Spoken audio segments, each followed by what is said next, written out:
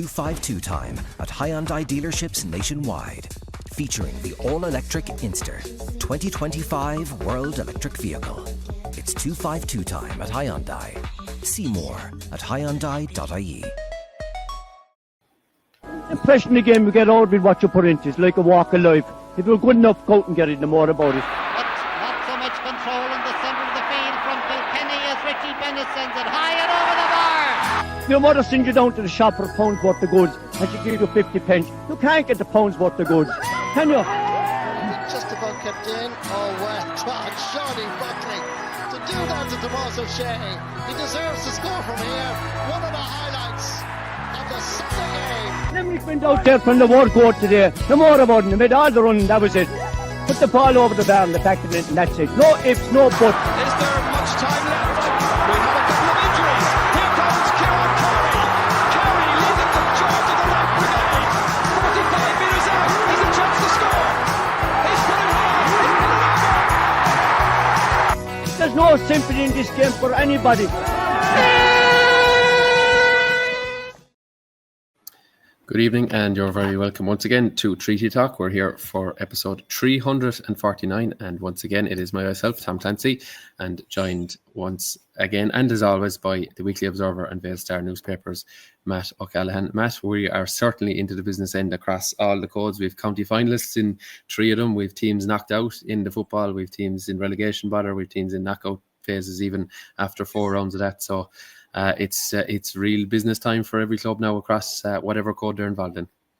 It is, Tom, and you know there seemed to be an additional focus on things as you would expect, particularly which we're going to discuss first. I understand in the football,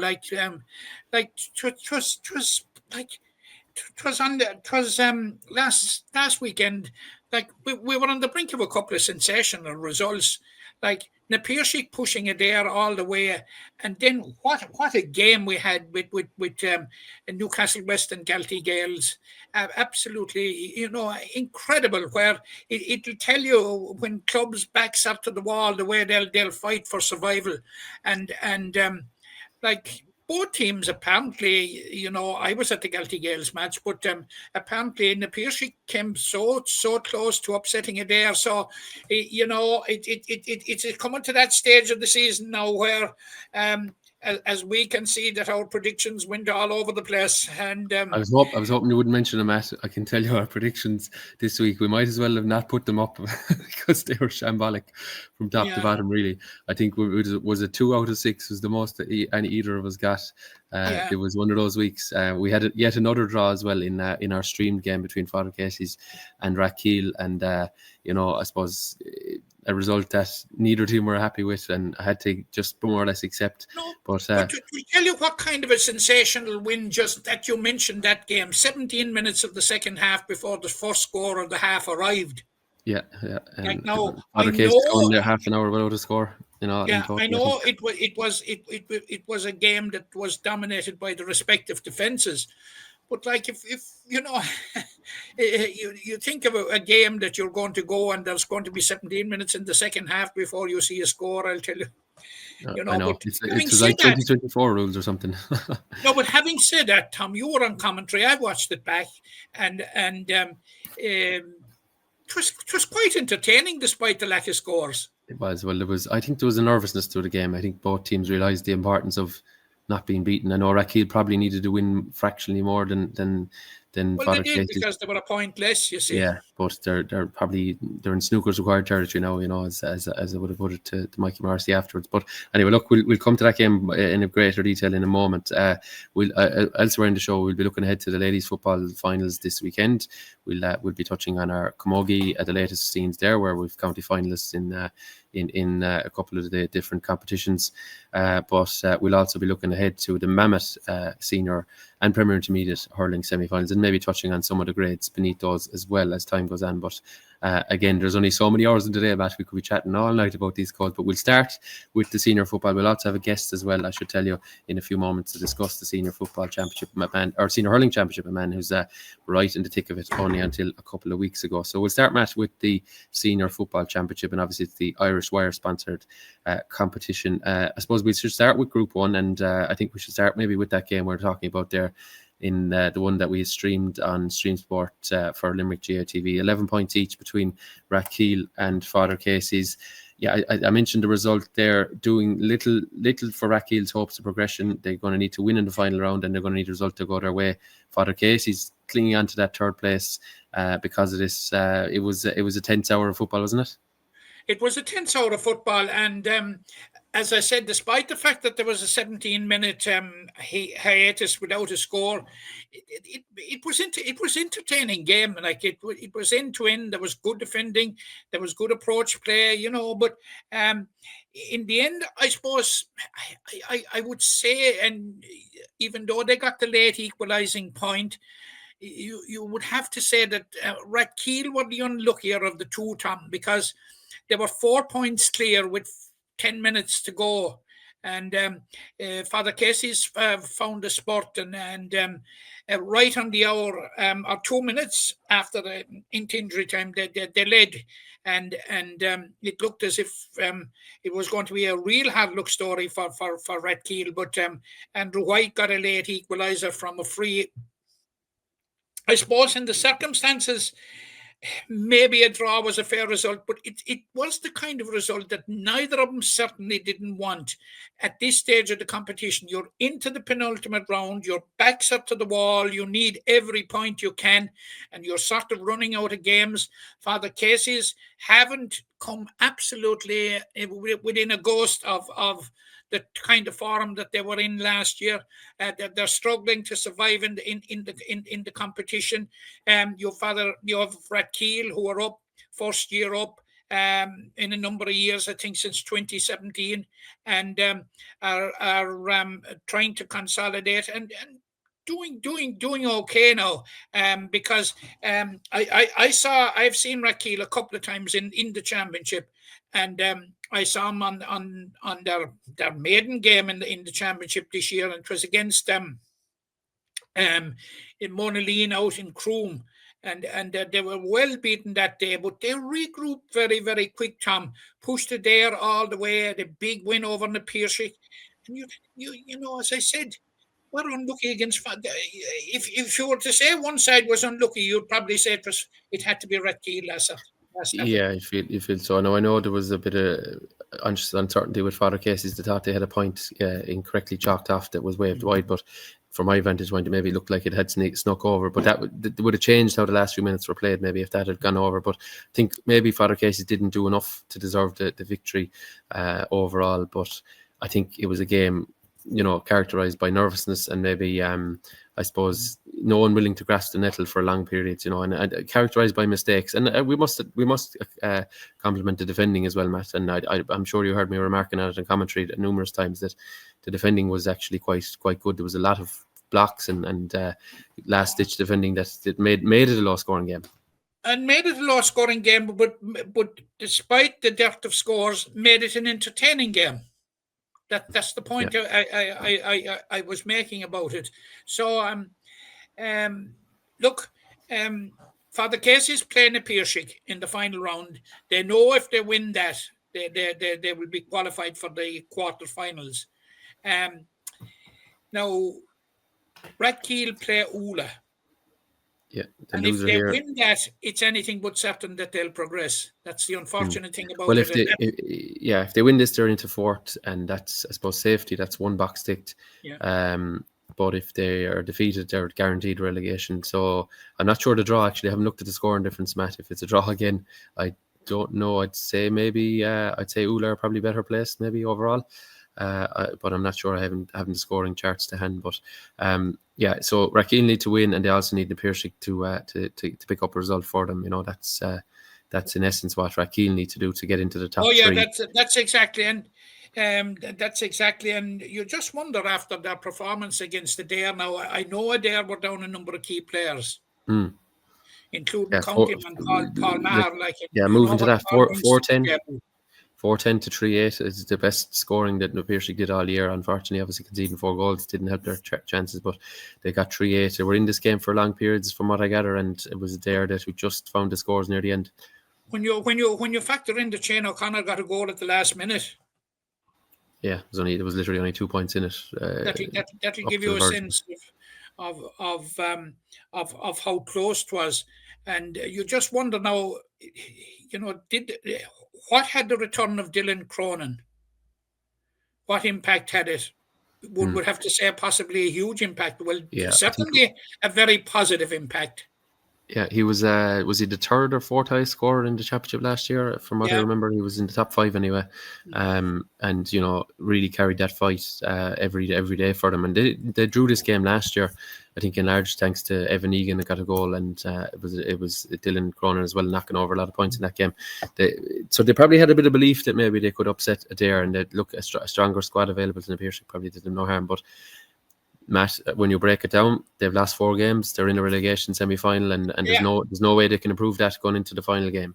No, Tom, but they will put every effort into the last game to ensure that they can try and get a momentum, something to cling on to going into, it's a bear pit relegation, as you know. That's it, yeah. Four teams in 2 games potentially for one of the, or for 2 of the sides anyway. So yeah, look, I think back to some bit of form the Pierce, but still definitely work to do. From Adair's point of view, Matt, they're 4 wins from 4. Not actually assured of semi-final spot just yet, because they face Monaleen in the last game, and Monaleen can trump them on the head-to-head if Monaleen can beat them. So work still to do for Adair, but I think they'll be happy enough how they're moving along in the championship so far.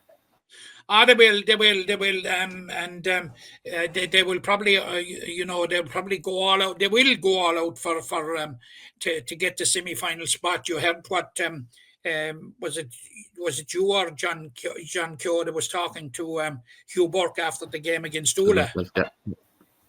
Where he stressed the importance of trying with 3 weekends in a row, of eliminating one of them, and the only way to do it is get directly to the semi-final. So you would expect that Paul Maher and all will be back on board for that game. But I tell you, Tom, there's a big change in Monaleen this year. Like they've 3 wins, and like they were unlucky. Like it was Elia O'Riordan's last gasp point for Father Casey's that forced them that forced that win for Father Casey's, or they'd have got a point, and they would be unbeaten going into the final round. And so it's a transformation from Monaleen. But why should we be surprised, Tom? Because like they are one of the standard bearers of Limerick football for the last number of years, and last year's flirtation with relegation and with trouble, it was most un-Monaleen-like. And despite the fact now that they have that they're going to be without Dara Murray and Dara Shukru, 2 huge players, but they have emerging players, and you're talking about another fine performance by all accounts by Stephen Kiley, who's at midfield, who has been a revelation this year. And you've young Shane Dolan, the corner forward. He was a Limerick minor last year. He's proving to be quite some player. And Eddie Cosgrave hasn't been afraid to hand the reins to youngsters. And like they're paying back his faith in him. So they'll have a say yet in this championship. They're assured. Absolute. As saying the championship, Tom. Absolutely, as saying they're in the last 6 anyway. They're 3 wins from 4, so it's up to them now. If they can beat Adair, they'll go straight to that semi-final, and that will be a huge shot across the bow of Adair if Monaleen can find the keys to unlock that door, in a couple of weeks' time. So a very interesting final round. I think 5 of the 6 teams is something to play for. The Pierce, the only ones not at this point, with actually can change the story of their season, But it's ideal for it. This is an ideal game for Monaleen. Like they have the safety net of being through, and they can really test themselves against the best. Yeah, that's true. Just true. I'm conscious now of our guest joining us momentarily, so I do want to give Group 2 its fair due. Probably the shock of the weekend in my view, and again I tip my hat and hold my eat my humble pie, as they say, Matt. Kildare Palace Kenry 2-14 to 10 points winners over St. Kieran's. Nobody saw this coming, I don't think, did they? No, and from what I'm hearing, and I'm consistently hearing, is that they were full value for it. And of course, they had a lot of troubles at the beginning of the year with injuries and what have you, and like the loss of Tony McCarthy was massive, and the way he played in the first round against Ballylanders, the loss of Kyle Hayes was a big loss if he was prepared to continue playing football, which he probably would now with him out of the hurling championship. And you have Cahill Downs in top form, and of course Nashi. Nashi will score all day, no matter what the circumstances are. Even when they were, heavily beaten by Newcastle West, it was he that got the few scores. So I'm not terribly surprised. I was. Let's put it this way, Tom. I was more surprised at where they were than where they are now, They're fourth in the table, 2 wins, 2 defeats. A win over Galtee Gales in the last day will give them a very, very good chance, in my opinion, of getting into the knockouts. They need St. Kieran's to lose with that, but if they can take care of their side of the bargain, they'll be well placed for at last, or a top 3 spot, which would be some achievement given from the low base they were coming at just a few weeks ago. Yes, absolutely. Now, St. Kieran's won't have it easy in the final round because they're facing Mungret. Now, I saw Mungret on Saturday, and I was hugely impressed with them, Tom. They scored 5-16 against Ballylanders. Now, I know Ballylanders are in trouble. They're struggling. But you have to put this into context. No Jason Hassett, no Darrow O'Hagan, no Killian Ryan. 3 top players in the Tarleton Cup. Now, Killian Ryan played the last 20 minutes. But I feel, Tom, from what I saw last Saturday, I saw him earlier in the year, Mungret, and I was quite satisfied at the time that I didn't think they were up to the level that they were last year. But, Tom, they're damn near it now. Yeah, they're inching their way back towards us, yeah. Yeah, and just doing it at the right time. Like if you're Kevin O'Hagan and Pa Ranahan and you look at the team that beat Ballylanders and you can add in those 3 players to it from a start, you're adding in 3 very big players, Tom, 3 huge and influential players. So I think St. Kieran's are really up against it in Mungret St. Paul's in the final round. Now, Mungret St. Paul's lost to Newcastle West, Tom. And the people were inclined to, define Mungret St. Paul's by that first round defeat, which was totally wrong. Like now, they've won their 3 games since, and they seem to be getting better, Tom, and they seem to be reaching the level that they had last year. And I'll say it here, Tom. I put my neck on the block. Mungret St. Paul's are contenders for the title. Well, there we go. Now you've said it, and there's no going back from that, Matt. But they're in second place. I'm saying from what I see, Tom, and what I saw last, and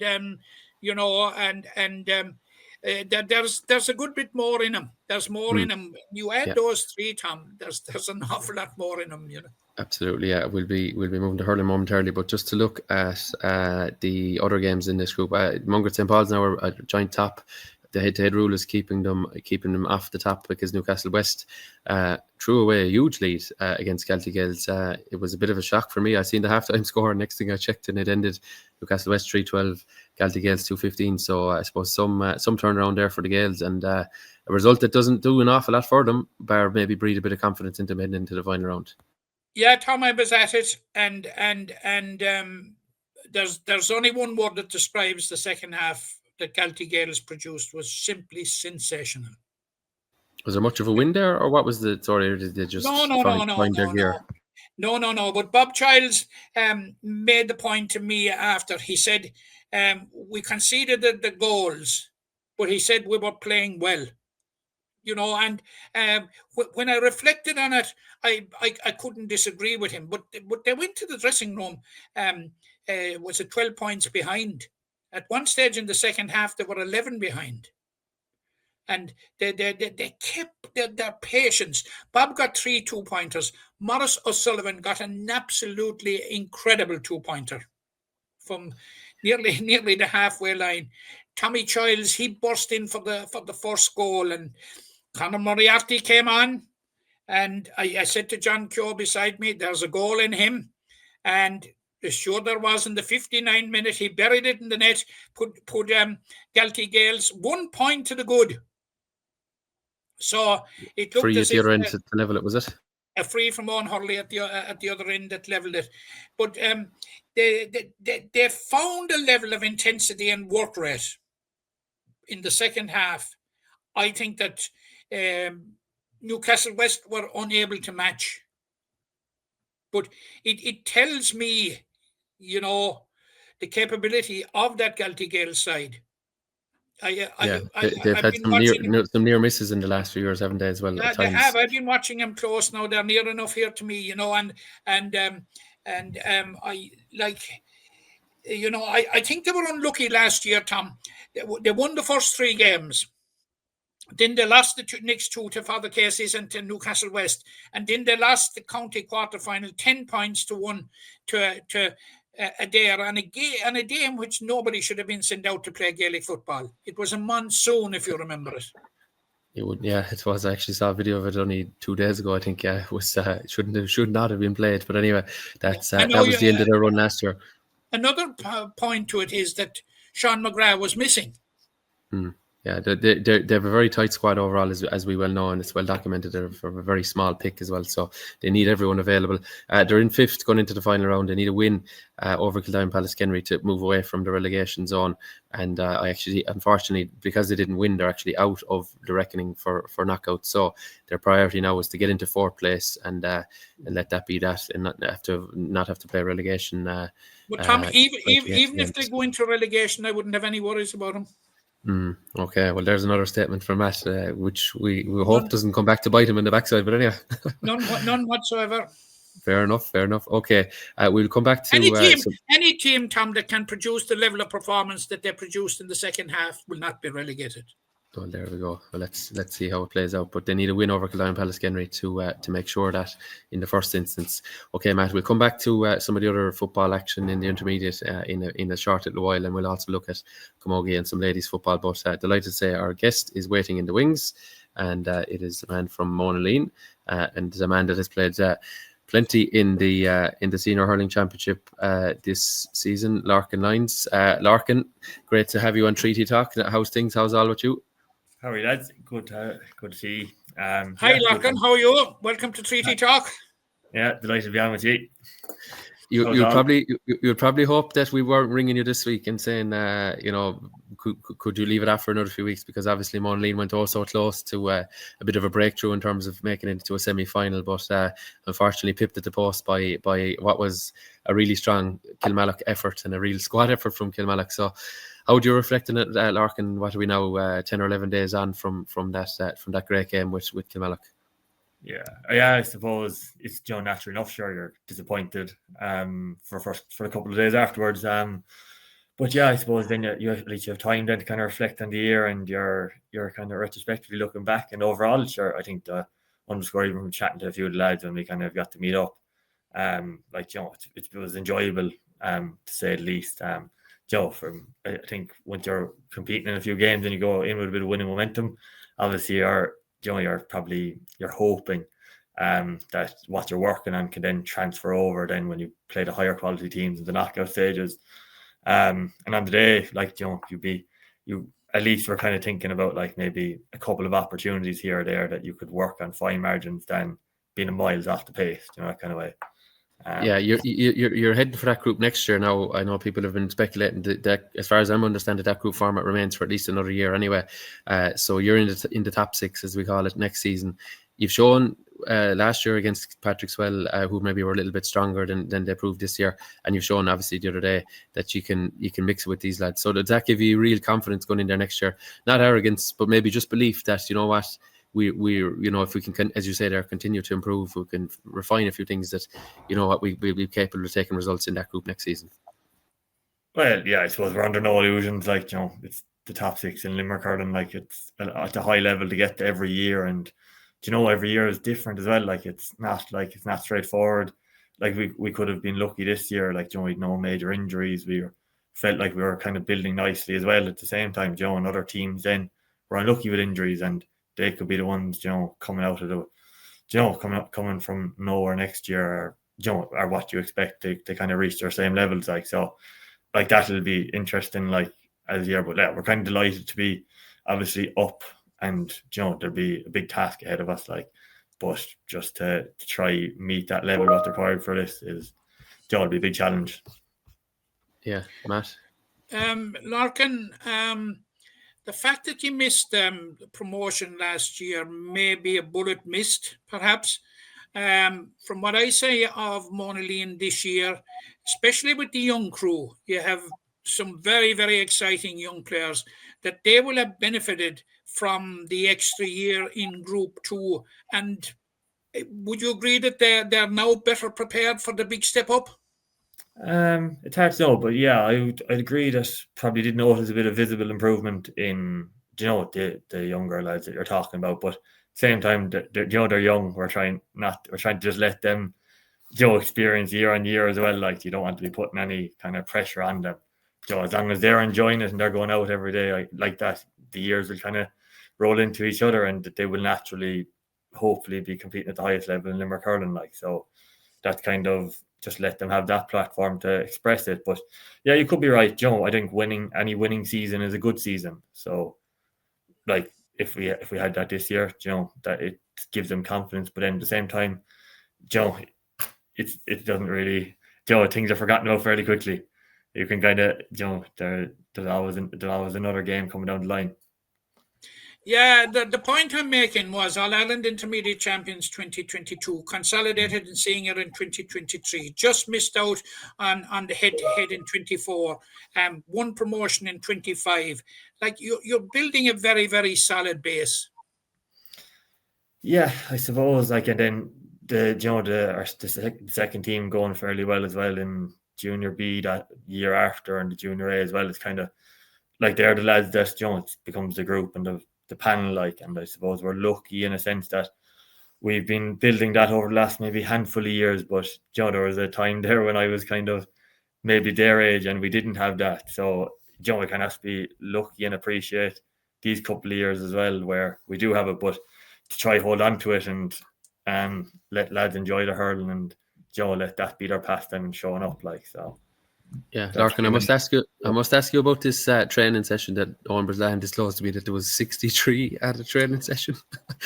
there was a handful of clubs around the county. I think I might actually be playing for one now who don't even have 63 adult players, but yet you managed to have 63 at a training session. How in God's name does that work on one pitch? Because I know it was probably in Peafield, was it? Which is, you know, there's a pitch, there's one pitch and a little bit of a runoff, but there ain't much more besides, you know. So how do you coordinate all that? You know, I'd say the Camogie and the footballers are probably training the same day as well. So, but it's a great problem to have, isn't it? Yeah, like, I suppose, like, you know, we're close to fielding 3 teams, but, like, you look at the likes of Doon and the Piercing, and they have 4 teams, so, like, they must be coordinating it fairly similarly, like, you know, and like we were lucky with the management team. The last couple of years have been top class, like, and even this year as well with Jer Kelleher and Shane Hassett and different lads coming in and helping out, on top of the lads that are already there, on top of the club lads that are, you know, huge support team. Like, so I think that's how they can probably manage it and feed it. You know, it's far from a one-man effort. Like, it's there's a big network there of lads kind of helping out, and yeah, thankfully it's enjoyable. But pity we're here and not looking forward to a game this weekend.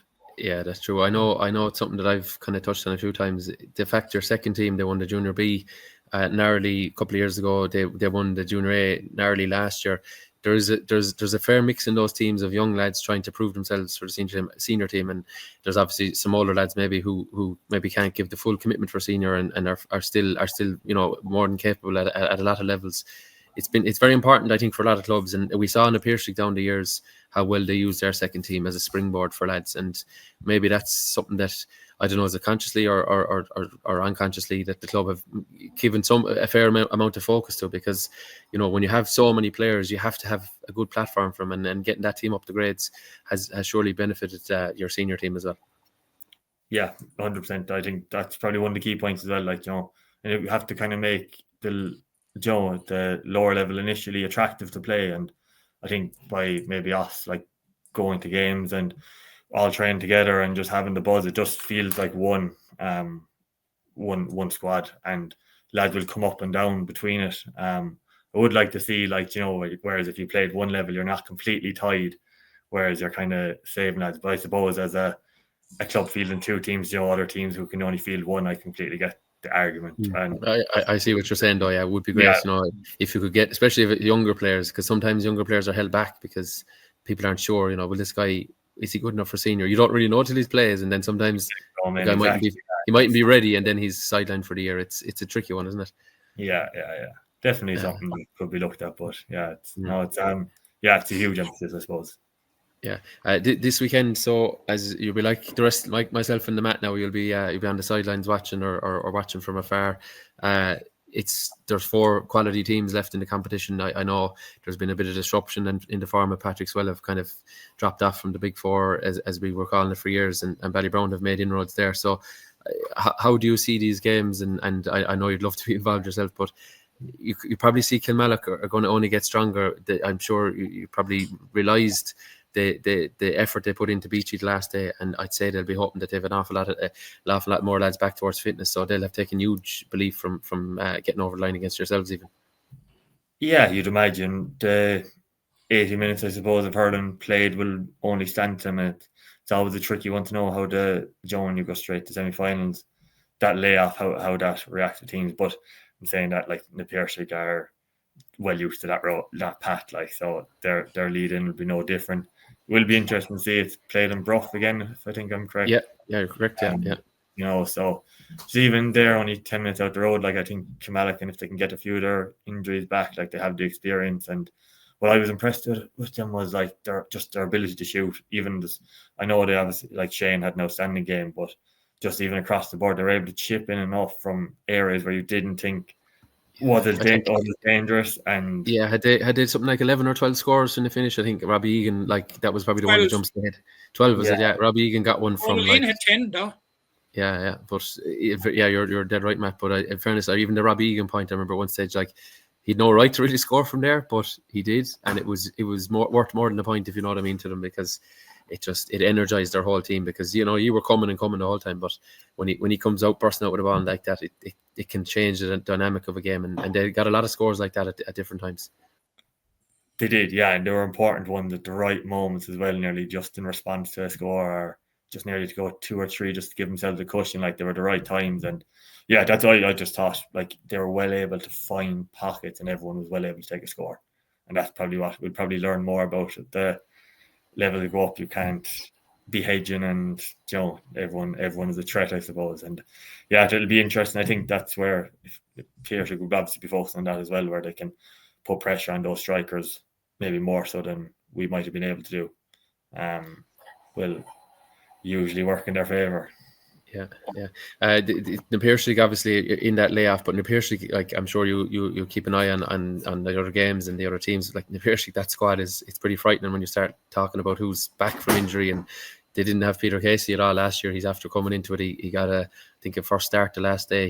He came on the previous day against Kilmallock. Like, the Pierce League still carry a serious. I know they didn't win it last year, but they still carry a serious threat to any team, and they're going to be hard beaten no matter who they're up against. Like, they have some squad at their disposal, don't they? Yeah, they do, and it looks like they've been playing a big squad throughout the championship. Like, they've been dipping lads in here and there. Like, so yeah, it's impressive to see. But I suppose it goes back to your point with the second team. A lot of them, maybe over the last year or two, would have had game time there, and now they're ready to make the step up for senior as well. So it's they've put in a serious amount of work in the background, I'd imagine, to get that much quality hurlers to build that depth in squad. Like, so. Yeah, I know, and their second team are in an intermediate semi-final at the weekend, so that one isn't going too bad. Despite, I think they've used something like 27 or 8 players at senior level. So I tell you, that conveyor belt, we might have thought that it was starting to slow down, but in fairness to them, they've come again, and they've re-energized some of the older guys as well. So I don't think the Pierce League are disappearing into the woodwork anytime soon. I'd say not, no. Yeah, yeah, Matt, do you want to come in there? I do, Tom, because I know you don't like talking about Ballybrown, but Lorcan, the other semi-final, a repeat of an enthralling fourth-round game between the sides, which Ballybrown were very, very unlucky. And in his post-match immediately after the game, Darragh O'Donovan said the best team lost today. So there's an enthralling semi-final in prospect in that one. There is, yeah, definitely, yeah. It's because I suppose Ballybrown are probably, they're surpassing. I wouldn't say surpassing expectations, like, because it's maybe just meeting. Is in terms of their 21 teams that are really successful, like, are finally probably just building up to maybe some of the lads that were still even playing in the county final when they were there. Was it 2016 in the past? Is it, or 28? 2016, yeah, you're right, yeah. So it's, that kind of coming together just seems to be the right blend. Like, I saw them live against a hand the first day out, and I was impressed with how physical and fast that they were, and the space and their game plan that they're working at the minute. Just seemed like everybody was on the same hymn sheet, and they have an eye for goal. That's for sure. Yeah, no, they didn't get one the last day. I was reminded of, I think it was the 14 in the group, which, as you said there, to get 14, like, getting 14 goals against the other 5 best teams, we'll say, in Limerick. I suppose that shows that they're backing themselves, but also that they've probably, they've worked on that as well, and they probably will need a couple against Doon, because you'd imagine Doon, well, I wouldn't say limped through the group. They didn't blow anyone away really, bar Patrick Swell, but Doon will probably will be hoping to find another gear. So Ballybrown will have to match that, because Doon know this route all too well as well. Yeah, sure. They're county champions, and obviously that goes with the.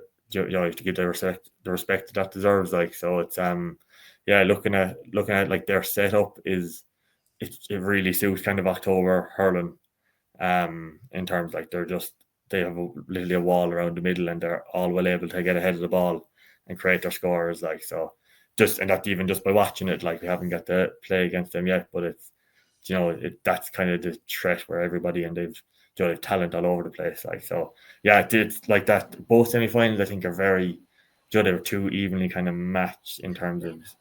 I think I know I could be left with egg in my face, but I think they're the best combinations if you were to pick the way you'd pick the two. As like looking on, we'll say objectively, neutrally, you'd probably say I think Ballybrown and Doon seem to be well matched, and Kilmallock have never really laid down to Na Piarsaigh either. So I think the way that they've fallen is quite good for onlookers, I think, as well. Yeah, definitely, and they're close to each other as well, Bruff and Kilmallock, so it'll be well worth the neutrals, I suppose. Easy to get the boat.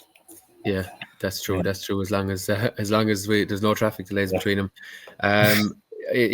So just to flip it back to Monaleen, I know Matt mentioned your success there in the All Ireland a couple of years ago.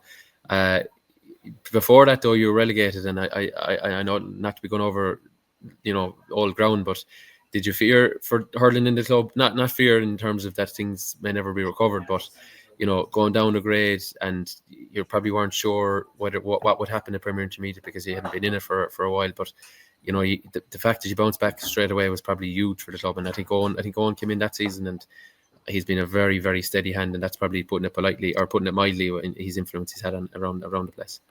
Yeah, 100%. Like, that's when I say a handful of years ago, literally is only 5 years ago when we were relegated by Blackrock and Bruff. So you kind of, obviously, I remember, I think it was Ronan, my brother's first year on the panel, like, and he was like, Jesus, this was going to be like every year, like, so it's like.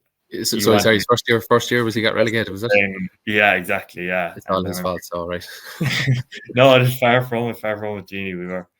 But yeah, it was just like, I suppose I think we were lucky that we had a bunch still smaller than what it is now, but that really cared about hurling and they wanted to improve. And I suppose that's when I think they met up and they kind of got the committee involved, and a few of the players met some other club members just at a general old kind of meeting, and then they put that together, and then we're lucky enough with the management team that they found.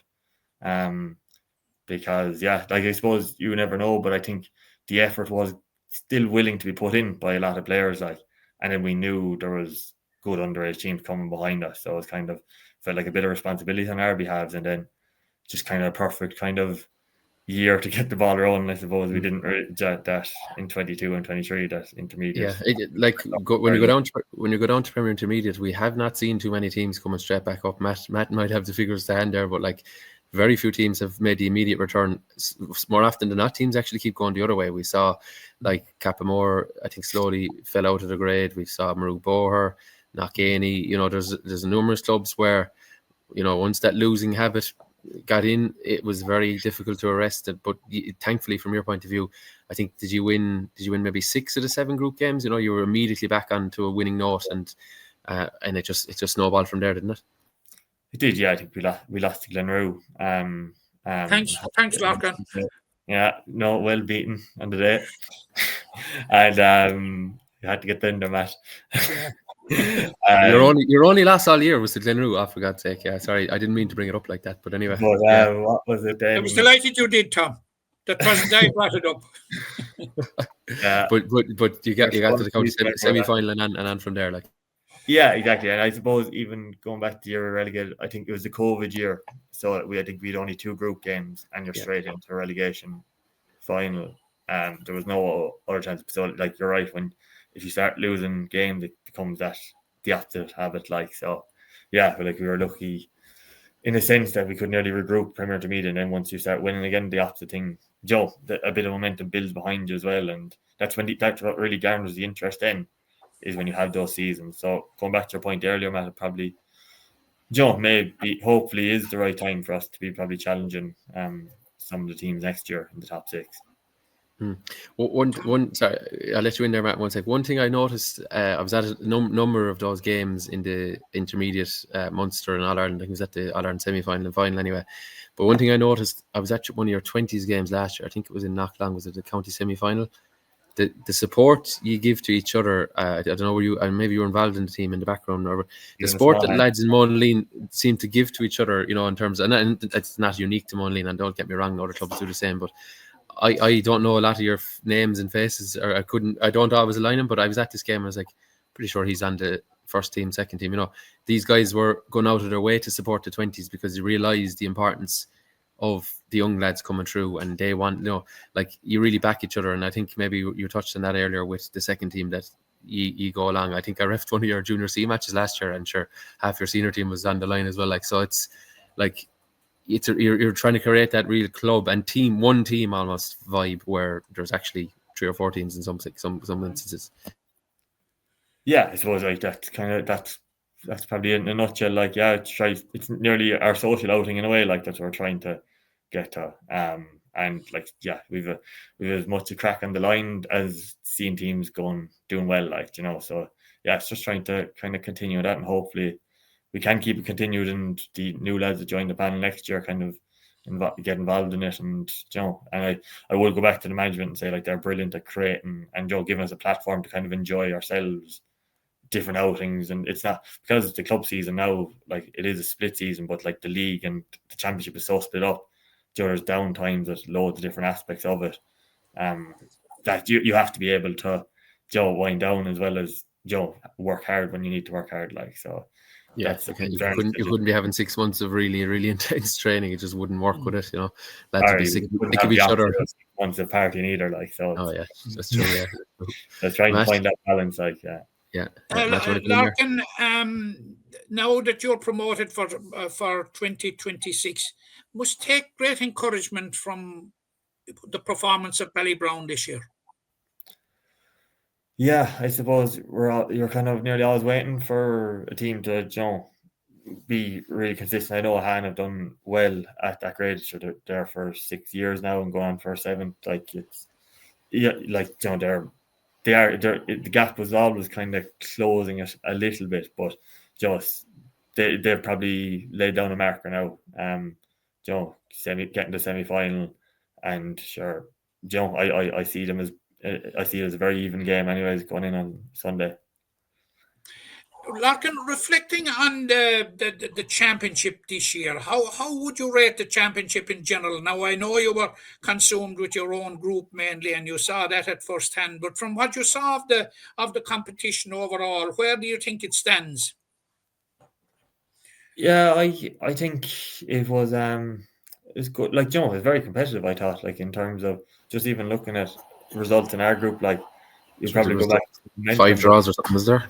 a lot of draws is probably the keynote, and then I think even at Group 1 and Group 2 level, like, you know, so like we were a couple of points ahead in teams, and what I probably noticed most was that like every team probably has their purple patch and they get a couple of points ahead, but like the teams are such near enough to the same quality that they pull it back and they have their own, and it's just trying to limit teams when they have them, like, and it's, you know, there's a little bit of, I think it happened. I saw, even I went to the Pierce and a hand game, and the same thing happened. They filled up a big lead, and Han had it back to 3 points at one stage. And I know they kicked on again, but that's kind of, I just think definitely the quality is really high, and the teams are, you know, cancelling out each other to an extent, which leads to a good game, I think. Which, you know, I think, yeah, and I think over, like, you know, the promotion of it with the stream sport as well was, I think, an improvement this year compared to last year too. So. Well, we're always glad to hear that. We're a bit biased here, but Matt. But Lorcan, that you mentioned about building up a big lead, it kind of characterised Monaleen in Group 2, building up a big lead in the first half, and not sustaining it in 3 or 4 games anyway. Is that a small bit of a worry? I wouldn't call it a worry, because I think probably getting used to being in that position as well, and actually learning, and I thought it was actually fun and training. Like, we were trying to see, right, this is what's happening, like what can we do to manage it, and Joe, maybe a bit better game management. It didn't work every day, because Joe, I can tell you, after it happened the first time, we tried correcting the second time, and it happened again, but then it just led to like more nearly imaginations, and it might be calls, and then sure, every opposition you're playing is different, so it's maybe a newer position that we found ourselves in compared to other years. But yeah, I think looking back, we'll have learned a few different alternatives, what works and what doesn't work. Very good, very good. Last one from me, Tom, and I can't let you go without asking you, Lorcan. Monaleen in the county Camogie senior and the county senior Camogie final. Yeah, we're back to being a supporter. Yeah, I did a great win there on Saturday evening against Bruff. It's a great game. We got the goal at the right time. But yeah, compared to last year, they were in a replay with Corcora in the relegation final last year. Like, and so, like, yeah, we're all proud of that group. They're flying the flag now for the senior teams of the club, and the footballers are doing well as well. So yeah, I know Quiva is probably studying the room next door. Like, so we'll be giving her our full support now for the next while. Very good. Yeah. Well, I was going to ask about another sibling, Ronan. Did you intentionally swap jerseys in one match to try and confuse the likes of myself? I think one of you was listed with 5 and the other 7. I can tell you it wasn't coming from me anyways. I think Ronan likes Ronaldo or something. Oh, is that it? Right. Well, he should get the secretary to change the number anyway. But thankfully, I knew who had the bigger bulk, and I won't say who, but I was able to distinguish you anyway. Yeah, so you could have a bit of crack over that in the off season. But anyway, yeah, it's just you swap what numbers there again. I think it was Newcastle West match, and it threw me for a minute. But anyway, we got there in the end. If just out of curiosity, so as I suppose I can't be accused of being too neutral, being from Ballybrown, but how do you see these 2 games going? I know you said between Ballybrown and Doon is very evenly matched, but if you were to put your neck on the block, who do you think will be marching behind the band in 2 weeks' time for the Daily Cup? I could see going the distance, to be honest. Honestly, I actually, Joy, I think that there'll be nothing in. Was there a point in it in the group stage? Yeah, Darragh Donovan with a stoppage time winner. Yeah. I wouldn't see much different. I could see extra time, and I actually think you couldn't call it this one. I'm excited to see it. Right. Well, Doon had penalties 2 years ago against the Piercing, so you're not ruling out another one. The other one, do you think Kilmallock maybe will have, I suppose, got a few lads off the injury table, and we're only speculating, but do you think they can bridge that gap? They were beaten, was it by maybe 10 or 12 points by the Piercing in round 4? So look, it's a completely different game really in a lot of ways. But do you think they can close that gap, or is that the Piercing strong squad, I should say, getting too strong at this point? Yeah, like, I suppose the Piercing would probably feel like they're peaking at the right time, but Kilmallock have been around for so long, and a lot of them have so much experience. Like, I learned a lot from playing them, that's for sure. Like, you know, their mid pocket and the way they could just manipulate a bit of space as well to find them and isolate Shane inside was, if they can do something similar and get the same scores, they'll cause problems for Na Piarsaigh. But the other side, I think Na Piarsaigh squad is, probably looking at results, that they're probably the only team not to lose a game in the championship. They'll be an extremely tough task to beat. So I'd be kind of leaning towards the Piarsaigh in that one. Although no, actually, I'll correct that. Dooner unbeaten with two draws and 3 wins. To be fair to them, we'll give them that. But yeah, it's the Piarsaigh with the, I suppose, overall impressive record. But it's hard to see that. But then again, Kilmallock have that trump card in Shane O'Brien, as unfortunately you saw the last day. So when you have a player like that, you'll always have a chance. Lorcan, we're going to let you go on that, but it's great to chat, and hopefully next time we'll be chatting, it'll be maybe towards even closer to the business end of a championship from your point of view. But it was great to chat all things hurling and all things Monaleen, and I suppose wishing Connections the best for the upcoming Camogie final, and indeed football and everything else that goes on in the next few weeks for the club. So thanks for your time, Lorcan. Right, good to see you, lads, and fair play for all the work that you're doing as well. Thanks very much, Lorcan. Right. Giving us a bigger head, yeah. Cheers, Lorcan. All right, we'll talk to you soon. Okay, yeah, great to have Lorcan in there, Matt, and great. Absolutely, an All-Ireland winner in 2018, and Tom, what a player for Monaleen. Not just a player, what a leader. Yeah, one of just, would I be right in saying, 3 men to lift the Club All-Ireland title from Limerick in Croke Park. Yes. Namely, I correct me on who the Blackrock captain was back when they won the junior, but Cathal King for Na Piarsaigh and the senior, and then this one the intermediate. So who am I putting on the spot there now? But it was a Blackrock man, obviously. Anyway, answers on a postcard, please.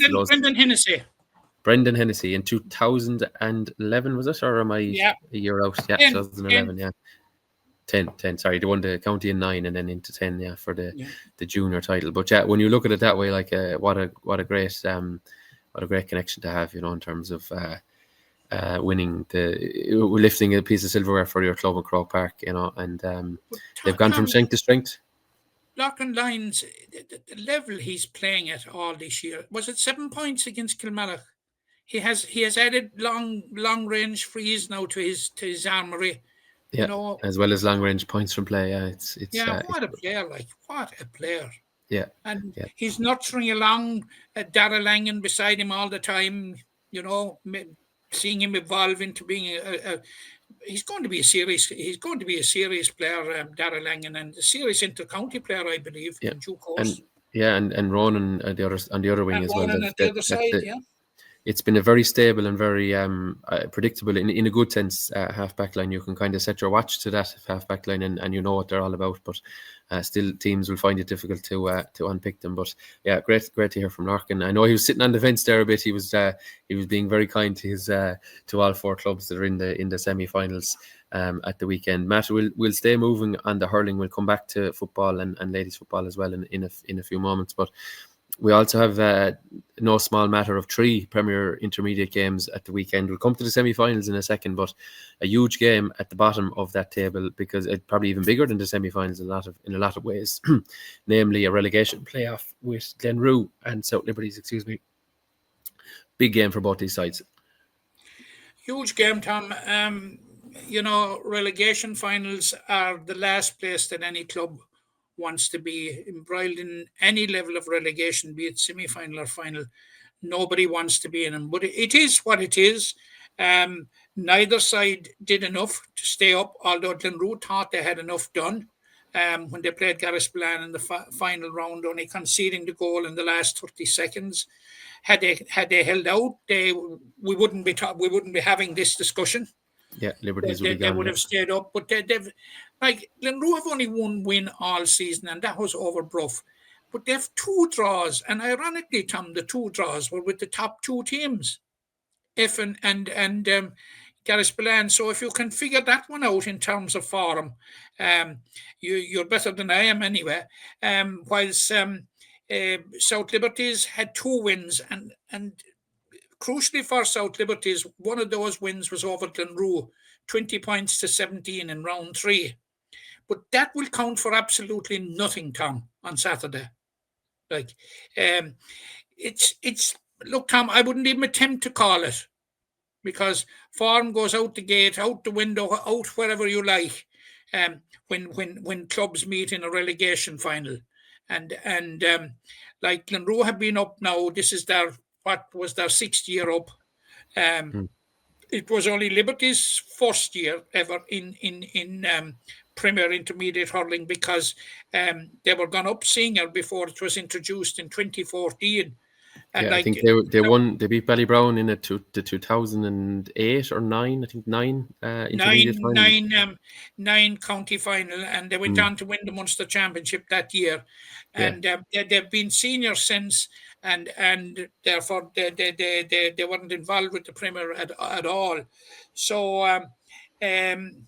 like Glenroe are battle hardened when it comes to relegation.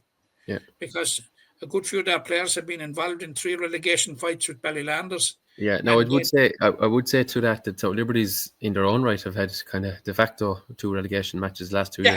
They had against Garryspillane 2 years ago. They relegated Garryspillane 2 years ago, scoring 7 goals in the process, and last season then were trumped by Adair and fell through the trapdoor. So a certain degree of familiarity for both sides coming into this. Like being with that dreaded word hanging over them like a halo. It was it is not entirely new, but Tom, I wouldn't dream of calling it. No, and I wouldn't ask you to, and it's maybe almost a little bit unfair. You know how I'm hoping, of course. You know. Yeah. But and how I feel about it, and look, I'm very disappointed that Glenroe are embroiled in this. Yeah, because Tom, we moved the motion at the county convention in 1974 at the CBS Hall in Sexton Street for the introduction of an intermediate championship. Right, and here you are potentially heading back for it. Well, we are, but you know, that's going from the days. So yeah, that's going from the days when there was basically senior and junior. There was probably upwards of 30 senior teams. Is there? The intermediate team, the intermediate championship lapsed since. It lapsed for a few years and before being brought back.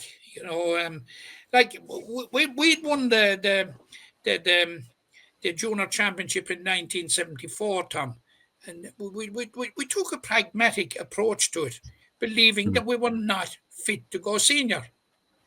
Now, you can have all the romantic ideas that you like, you know, but we felt at the time that we were not fit to go senior, and we were proved right. Like the intermediate championship was inaugurated in 75, and we lost the first 3 finals, and so just downhill after that. Yeah. Okay. Well, look, that Saturday afternoon, it's a big one for both those teams. 3 p.m. I believe in Bruff. In Bruff, the venue had escaped me there for a second. So 3 p.m. in Bruff.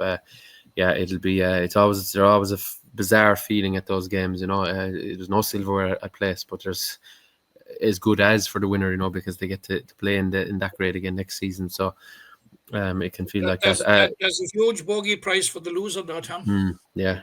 Oh, it's not even worth thinking about. At the other end of that table, we have 2 semi-finals. We have namely last year's beaten finalist Garryspillane against the current reigning, I suppose, intermediate champions Croke Kilfinny, and then we have a nice small matter of a South Derby between Effin and Blackrock, 2 semi-finals match that are being streamed by Stream Sport as well, and that are two games to get well and truly stuck into if for the paying customer or indeed the viewer, as the case may be. Two exciting games. These games in the group, I think the Bouncers pipped Croke in round 2 by a point. And was there much between Blackrock and Effin in their game? 2 points, but there were 7 goals in it. There we go. So if that doesn't set the appetite, then I don't know what does. But we must get the message out there that it was originally to be a double header in Kilmallock. Now the first game between Croke Kilfinny and Garryspillane has now been moved to Paddy Carroll Park in Ballygran. Yes, at 2 o'clock. That's right, yeah. And it's, I don't think it ever appeared in the fixtures of that, but we've been so used to these being double headers. It appeared in the fixture list that came out today or Over last night. Right, in error, is it? So it is Paddy Carroll Park. My understanding is it's Paddy Carroll Park. Yeah, I haven't heard otherwise, yeah. Okay, but I think, I suppose they're conscious of saving the pitch as well by the senior semi-final there on Sunday as well in Kilmallock. So absolutely, they must know more about the forecast than we know. And of course, it's a pragmatic decision if they have made the decision based on in anticipation of poor weather. It's probably the right thing to do, Tom. Yeah, that's for sure. How are you seeing these ones, so Matt? It's a big event for both. I see two very close games, Tom. Gareth Spillane, they flew out of the traps, 4 straight wins, then lost to Effin, and then had a win over Granada Ballingarry and a draw with Glenroe. And I think they're the forum team and of the competition, themselves and Effin. And I'm a bit disappointed with and for Croke Kilfinney because they made such a great start, Tom. And after 5 games, they had 4 games won and had ensured a place in the semi-final. And you'll be saying to yourself, they'll drive on from here now and maybe finish top of the group. And the anticipation at that time during that run was that they would, from people that saw them, because they looked the real deal, Tom. But they lost the last 2 games to South Liberties and Bruff, who were both struggling. I'm just wondering, is it a loss of form? Or did they take their eye off the ball a small bit when they had qualified? Yeah, I'd say potentially a loss of form. They've had a few niggling injuries, is from what I gather as well, and maybe they don't have the deepest of panels compared to some of their their peers in other clubs. Potentially, I know. It was the link to the season as well, Tom, because they put quite a bit into the county senior hurling league. Now they won the West Senior Hurling League, and they reached the semi-final and really put it up to the Piercy in the county senior league semi-final. So. And they have a big football crossover. Yeah, they have a big football crossover as well with there is with Kappa. Yeah, with Kappa and a couple with Rakil as well. Okay, look, that's the two games that have been streamed. Yeah, Blackrock and Effin met 2 years ago, and Effin went in firm favourites. Blackrock won it. This is one that's very, very, very hard to call. And of course, Blackrock have set a record this year. As I made the point, only once in the history of the competition before this year has a team qualified on 7 points. You always needed 8 to qualify. Yeah, and Blackrock have qualified on 6. They're hitting the form at the right time, didn't they? Won the last 2 games. Exactly. They're hitting the form at the right time, but it comes with a little caveat. They're after 2 big wins, but they were over the bottom 2 sides. Yes, that's true. Yeah. But they put up big total against Glenroe. Was it 5 goals they hit them for? Yeah, 5-18, I think. Yeah, and I think they were the last day was against South Liberties. South Liberties. So they've found something anyway that works, but will it be enough? They have now. Whether it'll be enough to beat Effin or not now is another question. But Effin went in 2 years ago, and they will be mindful of this as firm favourites. And Blackrock overturned them below in Bruff, I think 117 to 15 points. Yeah, that was a bit of a surprise at the time. The other thing with Effin, I would say, Matt, is they were slow out of the traps. They were beaten narrowly but convincingly by Croke Kilfinney the first day. They drew with Glenroe on day 2, and suddenly you've dropped 3 points out of the 4, and they kind of seem to go in, resteady themselves, and they too have found a bit of form as well as the competition has worn on. Yeah, I met somebody from Effin after the draw with Glenroe who opined to me that Effin would be relegated. Right. Well, where is he now? He'll be the first on the pitch if they win on Sunday, will he? Yeah.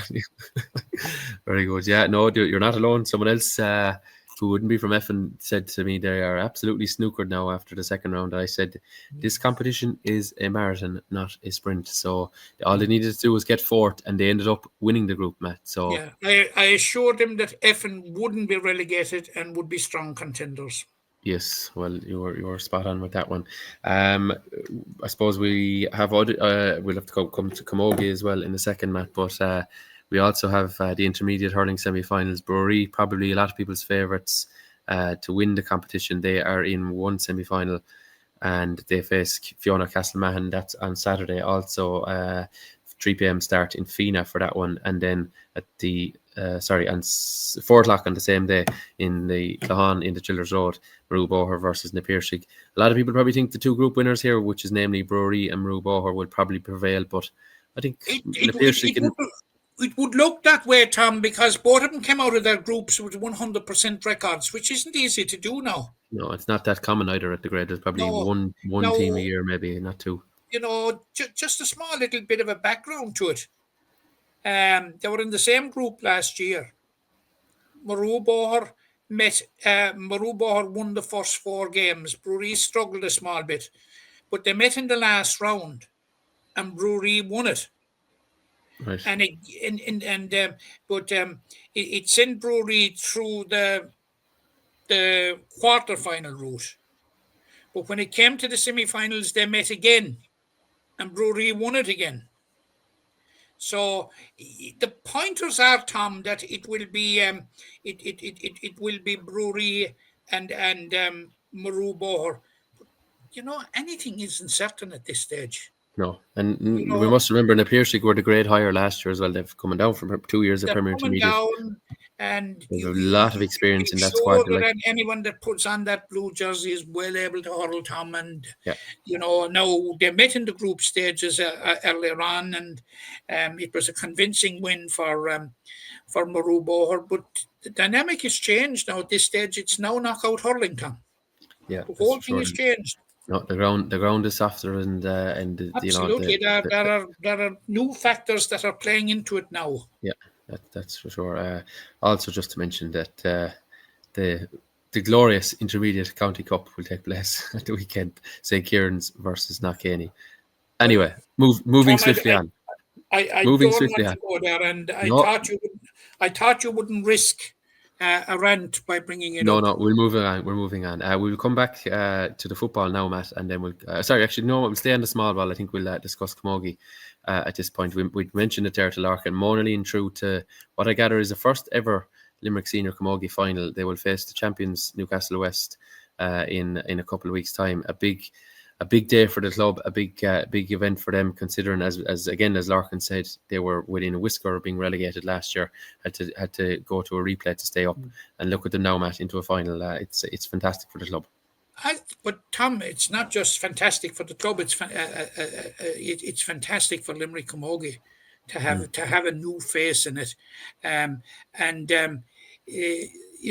what's the secret of Monaleen's success? You can repeat it as often as you like. Work. Yeah. It's not that long ago they were junior, is it? No. They won the Intermediate Championship 2 years ago. They beat Croke Kilfinney behind in Ballygran. I was at it. I'm just trying to think, when did they win the junior? Might have been one of the COVID years, Matt. I know they were nearly always mixing those up in their head, but it wasn't that long ago. That will give you an idea of their rise. But Tom, this shouldn't be a great surprise, because Newcastle West finished with 6 points at the top of their group. Monaleen finished with 5 points at the top of their group. So, like, the signs were there that the Monaleen threat was for real, and in 10 days' time now they will face Newcastle West. Now, Newcastle West, you will recall, Tom, had a huge win over Han in the county final last year. They met in the semi-final last Saturday evening in Newcastle West, and Han pushed them to extra time. Right. It will tell you it is closing at the top, because there was a belief there that Newcastle West were miles ahead of everybody else, and that hasn't proven to be so, not yet anyway. But it could still happen. But certainly it is very, very good for Limerick Camogie to see that We've a new team in the final. Yeah, well, I think Bruff. I think Bruff would have been new. We reckon anyway. Would have been new. Certainly would have been the first. They would have been new too, and they came very, very near it. And they obviously they'll be disappointed that they didn't get over the line. And of course they were down Marion Quaid this year, which was a huge loss to Bruff. A very, very big pair of boots to fill, but certainly Bruff are on an upward trajectory. I'm just trying to think, when did they win the intermediate? Now, to Saoirse Bulfin was their manager. They won it behind in. I was at the final. They won it behind in Boggarden, was it? The Boggarden. Niamh Ryan was peerless that day. 2022. I'm pulling that out of the back of my head now. But I think it was 2022. She was absolutely fantastic, but she has since moved back to her own club, St. Elby's. Yeah, she's a big loss to him, and no, that's the cup final, Tom.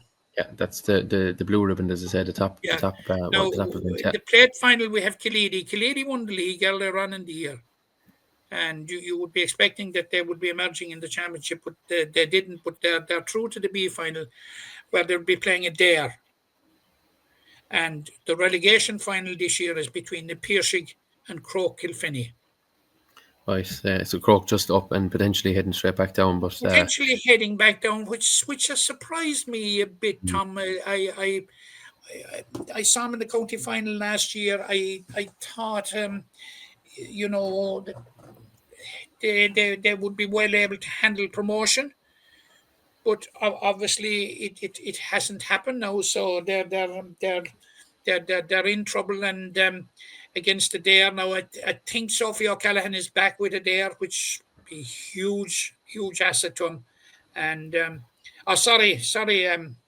Na Piercig. I'm getting mixed up there. Sophie will be back. The Dare for the plate final. Yeah. I was just scratching my head there for a second, but yeah. Against the Piercig, I'm a small bit disappointed with the Piercig, Tom. Piercig, they were beaten in the semi-final last year. Right. They got to the semi-final stage, and it's a bit of a come down. It's a bit of a fallback. But of course, you're talking about a very tight situation with 8 teams. So you could very, very easily slip through the net. But that's what it is. And in the plate final, or in the cup final in intermediate, it is Temple Lantern against. Who is it? Is it? We had the likes of Grana Ballingarry, Patrick Swell. Who? Oh no, Grana Ballingarry are in out. The play. It's Temple Lantern against Patrick Swell. Patrick Swell. Patrick Swell are only 2 years up as at junior level, right. And it's Crocora and Blackrock Effin in the plate final. Yeah, just looking at the results there. Yeah, they were played last Saturday, I believe, wasn't it? Yeah, they were played last Saturday. It's Crocora against Blackrock Effin in the plate final. They're all taking place next weekend. We'll say Saturday. Next weekend, I don't have any fixtures to date. No, I don't. I'm not even sure whether it's Saturday or Sunday. Right. I think wisdom should prevail, and it should be Sunday, because there are a huge set of football games on Saturday.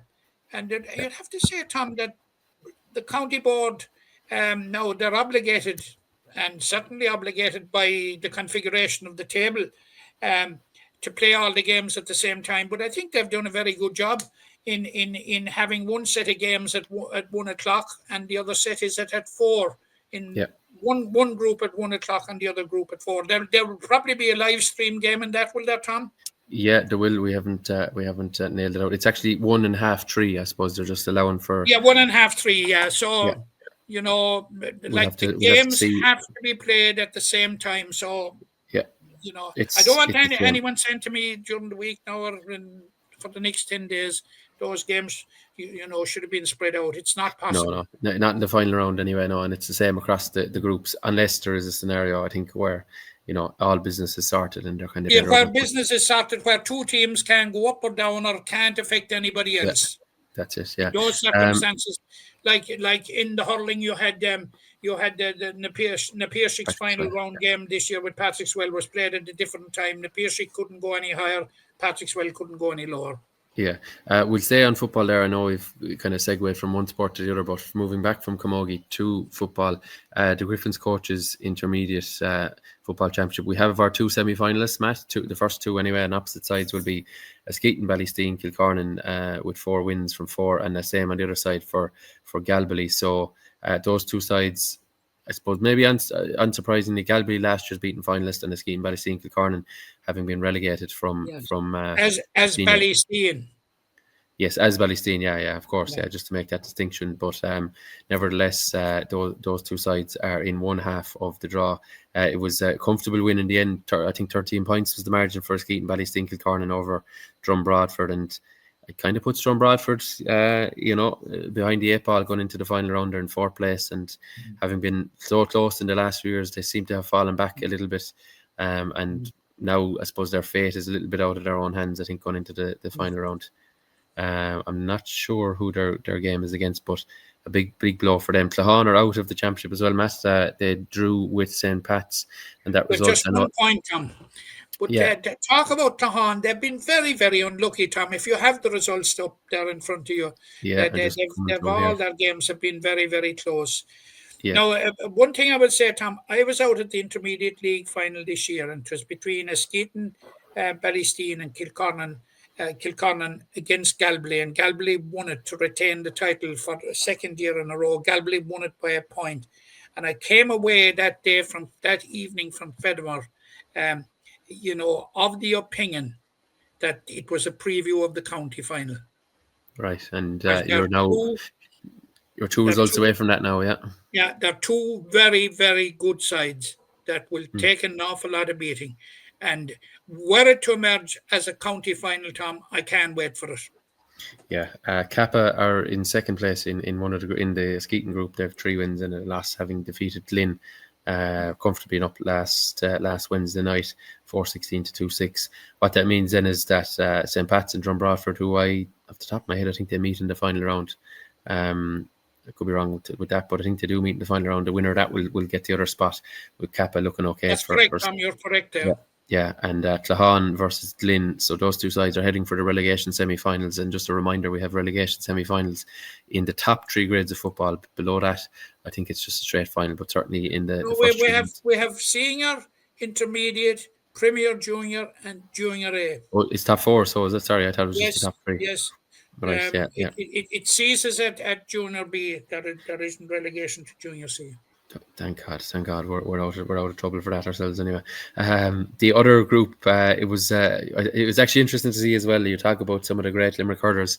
Cathal O'Neill lined out for Crocora Manister. Grode Hegarty was back playing for St. Pat's, having, I suppose, not played football for a good length of time, from my knowledge anyway. And they were both on winning sides.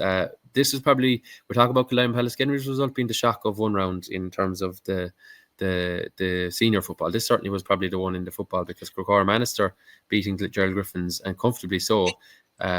It was, and I was speaking to somebody at it, and 2-12 to 9 points it was in the end. They told me that Crocora Manister were full value for it. Now, I saw a match report on it as well, Tom, and you spoke about Cathal O'Neill. He more than played his part in it. Right, yeah, he was influential. So was he. That was played in Cardiff last Friday evening. Galbally, as we mentioned, made it 4 wins from 4 11 to 10 point winners over St. Senans to keep them motoring nicely. And Pallasgreen, Tom, are into the knockouts.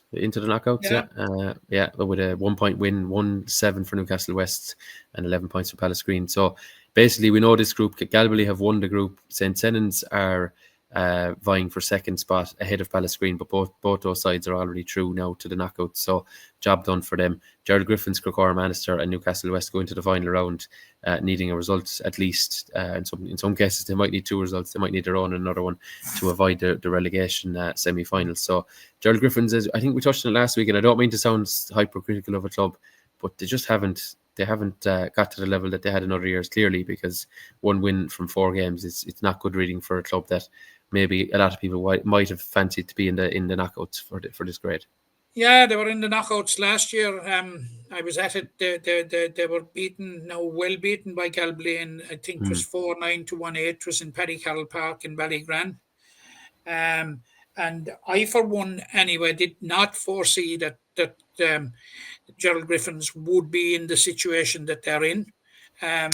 They're in a difficult situation, and certainly after last week, you just you couldn't be overly confident that they won't be embroiled in relegation semi-finals, and it's disappointing because, like, for a number of years there, Tom, they were regulars in the semi-finals. They were in a final year. Galtee Gales came up. Galtee Gales beat him in a replay in the Gaelic grounds. I don't know. Like, they have, like, you know, they have county players on board, like the like of Colin McSweeney, Jim Liston, Darren Noonan, Tommy Griffin. Like, it just hasn't. I don't know where it's gone wrong, but it's very disappointing anyway to see any team fall down like that. You know, Tom, and it certainly gave just talking about the whole relegation thing. It didn't give me the slightest bit of pleasure anyway to see Croom losing their intermediate hurling status. So, like, you know, Griffins they've competed at senior level, and like they were one of the strong teams in the intermediate championship up to well, even last year they got to the quarter final. So no, it's disappointing, and they're in a battle now, and suddenly with the new structure, 4th place has become very precious.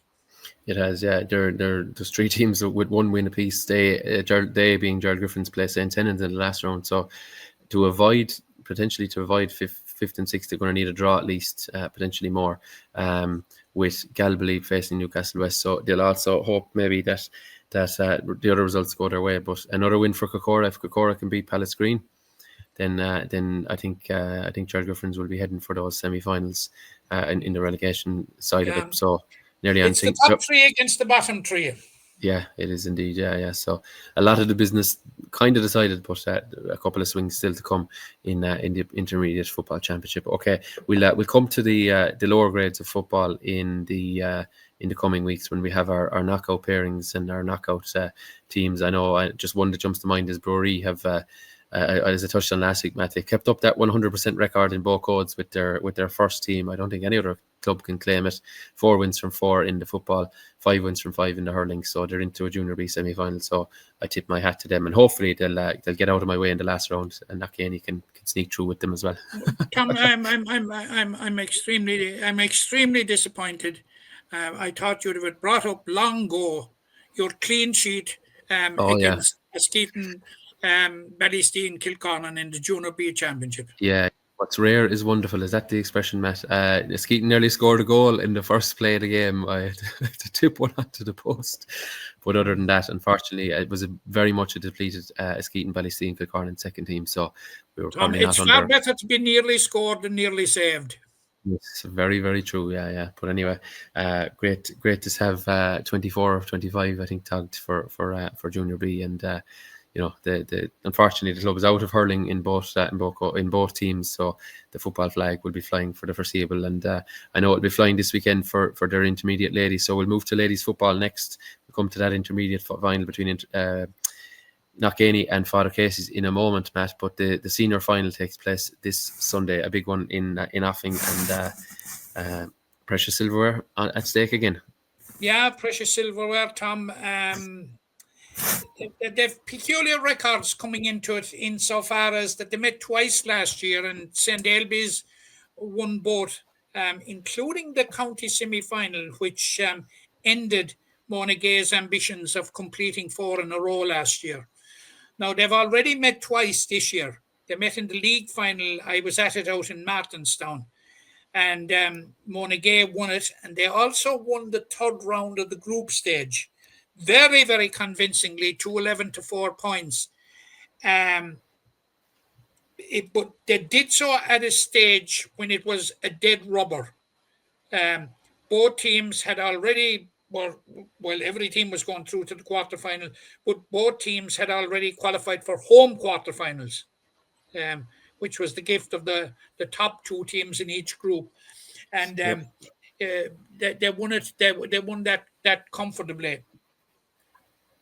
Now I saw the semi-final between St. Ailbe's and Drum Broadford. No, it was, I spoke about it last week. It was just simply, Tom, an incredible game. They were level at the end of normal time, level at the end of extra time, and then it was decided on freeze, 25-meter freeze. And on both occasions, in normal time and in extra time, it was Niamh Ryan, who I spoke about in the context of Bruff earlier on, that got the points against Drum. So Drum will count themselves terrible unlucky to be out of the competition, just as St. Ailbe's would accept, that they've played their get out of jail card. Now in the other semi-final, it was an all-West affair, and St. Kieran's were reduced to 14 players very early on in the game, but they still dug it out against Old Mill. They dug it out 1-9 to 1-4, I think was the final score. Monaghan, you mean, is it? Oh, sorry, Monaghan. Just the colours, yeah. Yeah, there's so But, many matches on at the moment. I know. No, you are forgiven. You are forgiven, but just to clarify, yeah. Is it an age factor? I'd know, Tom. You're only not too at all. polite not to say it. Nothing to do with age, because I do it the whole time, so you're all right. Yeah. But Monaghan, they in the sense that they were down to 14 players, Tom, it was a good result. They played against the wind in the first half, seemed to have the business done. The wind didn't change, but abated in the second half. So they didn't really have much of an advantage of it for either half, but they dug out the result, which is terribly important. Tom, it's good. There are compelling arguments that can be made for both sides to win this. Right. Tom, but to be quite honest, I haven't a clue. It's so delicately poised. Remind the viewers and listeners, throw-in time and venue. It's Sunday anyway, isn't it? Throw-in time is at 3:30 in Knocklong. Yeah. It is part of a double header with the intermediate final, which will throw in at 12:30. Okay, and this the intermediate final is between Knockcaney, who were beaten last year in the final, and who are seeking a first success in the competition. I think since 2017 was the time the last won it, Tom, and against a Father Casey's team who were promoted as junior champions in 2019 and are going for their first title. Now they've sort of, Tom, on the lead up to the final. It has been contrasting in that Father Casey's come into the final unbeaten. Yeah, they won all their games. Won all their games. 3 straight wins in the group stage, won the quarterfinal, won the semi-final, which means rich pedigree. Now, Kenny, on the other hand, Tom, lost very heavily to Galtee Gales in the first round, lost to Murubor in the second round, then beat St. Bridget's, then beat Monaleen in the quarterfinal, and then avenged the defeat to Galtee Gales in the semi-final. So getting a fix on where it's easier to get a fix on where Father Casey's are than it is where Knockcaney are. But certainly one thing is sure, Knockcaney, who ran it up last year, they've turned the corner since that win against St. Bridget's. Tom, I'd be loath to hazard a guess as to who might win it. I think Would there the are experience, compelling arguments for yeah, both, but you'd have to say a team that has won all games. yeah. That the confidence and the momentum that gives to a side like must be huge, but you can't write off Nakani.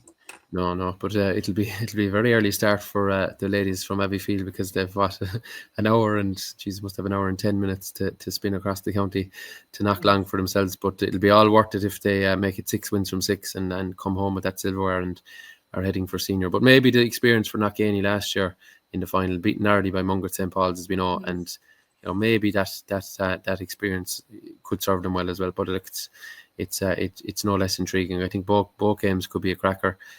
Double header, unfortunately, as you know, I'll be tied up with hurling commitments, so going to miss these. But looking forward to. You might get to the plate final where Moraid will be playing. Mungret are playing. They're playing Fiona Castlemahon in the final.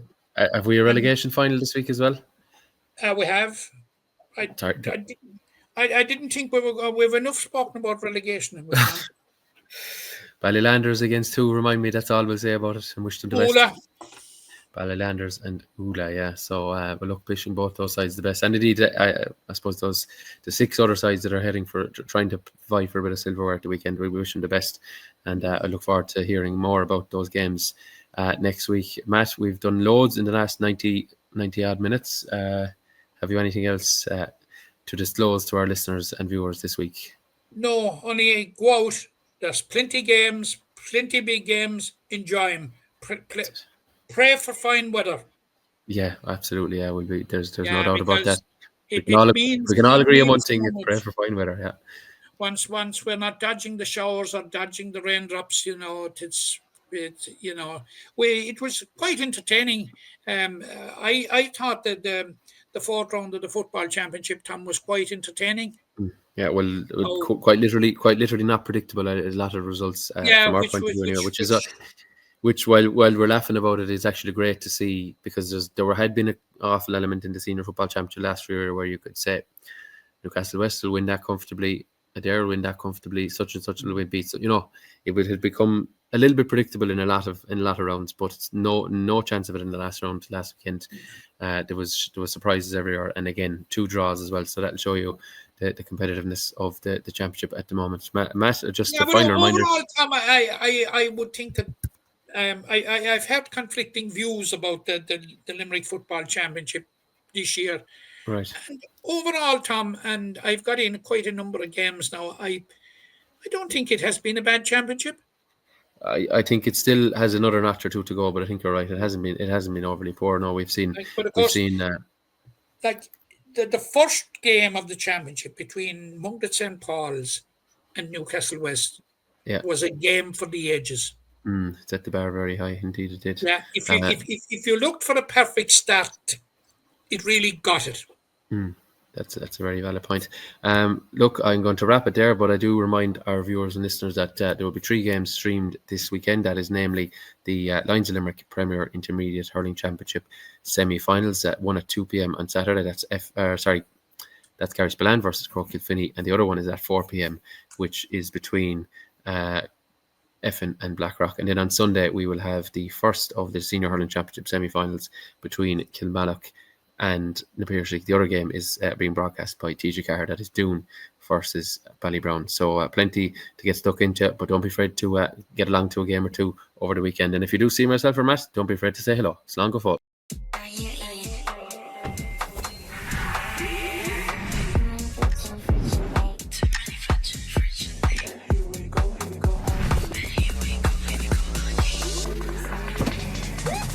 It's 252 time at Hyundai dealerships nationwide, featuring the all-electric Inster 2025 World Electric Vehicle.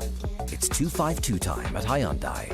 See more at Hyundai.ie.